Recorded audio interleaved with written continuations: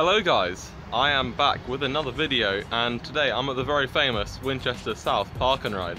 Often there are crits down here, and today I'm going to be trying to show you how to corner in city centre crits, or just in general crits, or just in general corners that are tight. I'd say I'm pretty good at cornering. I do put a lot of effort into thinking about it, and you know, I used to play racing games when I was younger, and it's basically the same thing. Luckily it's a Sunday and no buses come through here on weekends, so that's pretty nice. I've pretty much got the whole park and ride to myself to take whatever line I want. So the actual reason I've come here is to get some extra practice in, I'm quite confident, but you can always get better, and you know, the more you do it, the better you get a feel for your tyres, your bike and everything like that.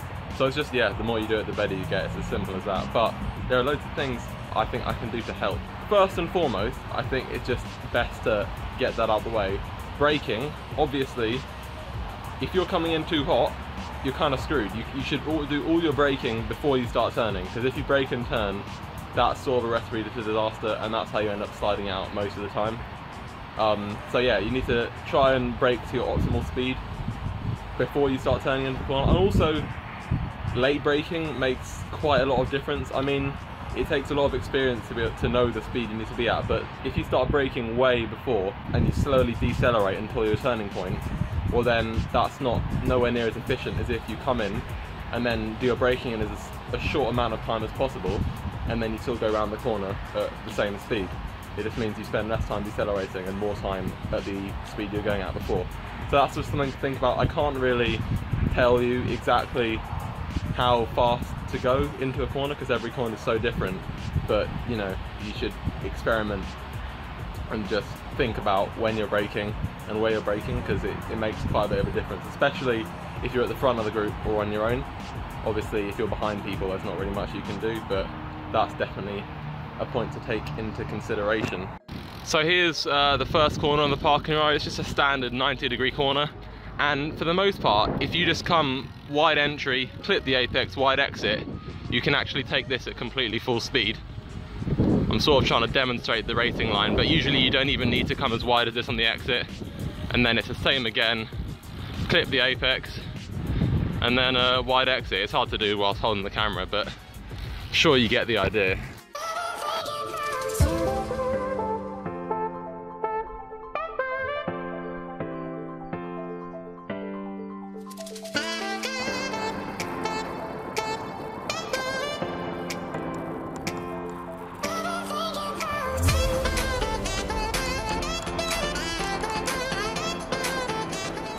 So another really important thing that a lot of people don't actually think about is weight distribution.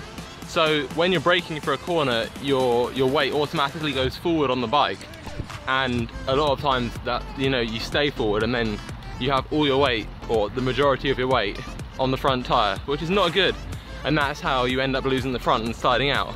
What you want to really do is try and plant your weight through the outside foot on your pedal. So say I'm turning this way, you want to plant your foot on the outside leg and try and get a fair amount of weight on the back tyre, and then you can sort of turn the front wheel, which turns the bike just a little bit more easier with there's less pressure on the friction on the front tyre to turn the bike. So that just makes a difference, and you can take corners a little bit faster by doing that, and it's just something a lot of people don't really do. And another little thing, just thought I'd add, it's very rare that you're going so fast that you can't get stopped in time, but brake distribution, as in how much you're braking on front and back, for the most part it's not that much of an issue because you're not having to brake super suddenly. But if you are, obviously you want to do 60% front, 40% back, just a little bit more on the front, but obviously not just the front, because that could either make you do an endo if your weight distribution is bad, or end up just completely sliding out the front, which is probably the worst thing that could happen.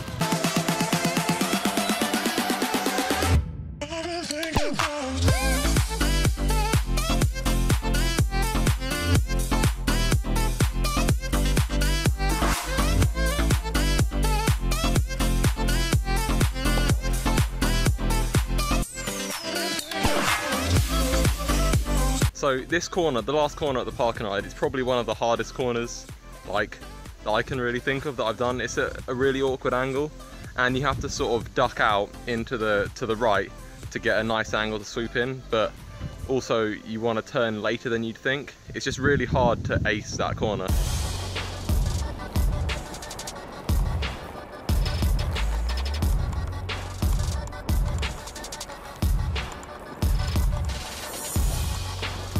You have it to cut in later than you want to get a better exit out of the corner, and yeah, it's just really hard to judge.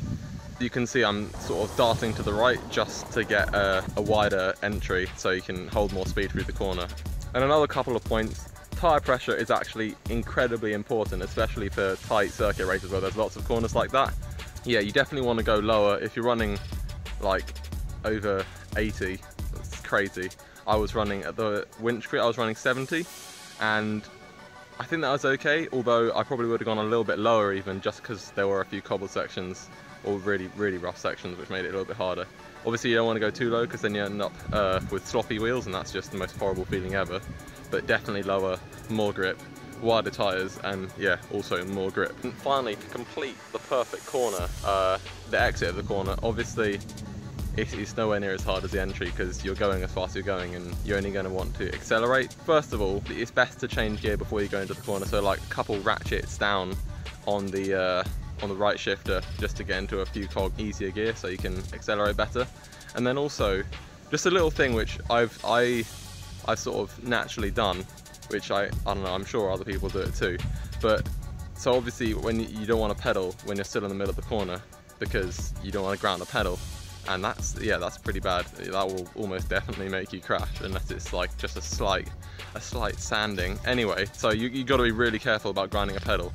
But one thing that you can do, which it takes a lot of practice, if you get out of the saddle and you lean the bike away from the corner when your inside pedal's down, you can sort of sprint out of the saddle when you wouldn't have been able to pedal in the saddle by you're essentially lifting up your inside pedal when it's in the downward position while you sprint. So it's hard to do because obviously you're still turning.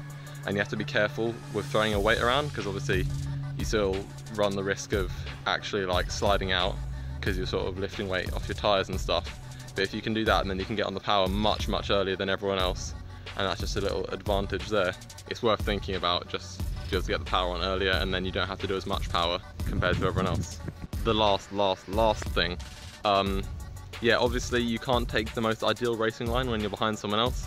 I find it's best just to follow their line, which may be slower. You shouldn't really cut inside of people. It's a bit of a dodgy move. If they take a tight exit, then you could take a wider exit, and then you get a bit of free speed, and then you don't have to accelerate as much to still get, and then you might overlap them a bit, and then let them accelerate in front of you, and then you just don't have to accelerate as much. That's just a little tip, but yeah, there's not too much you can do. So obviously this is mainly for if you're either on your own or on the front of the group.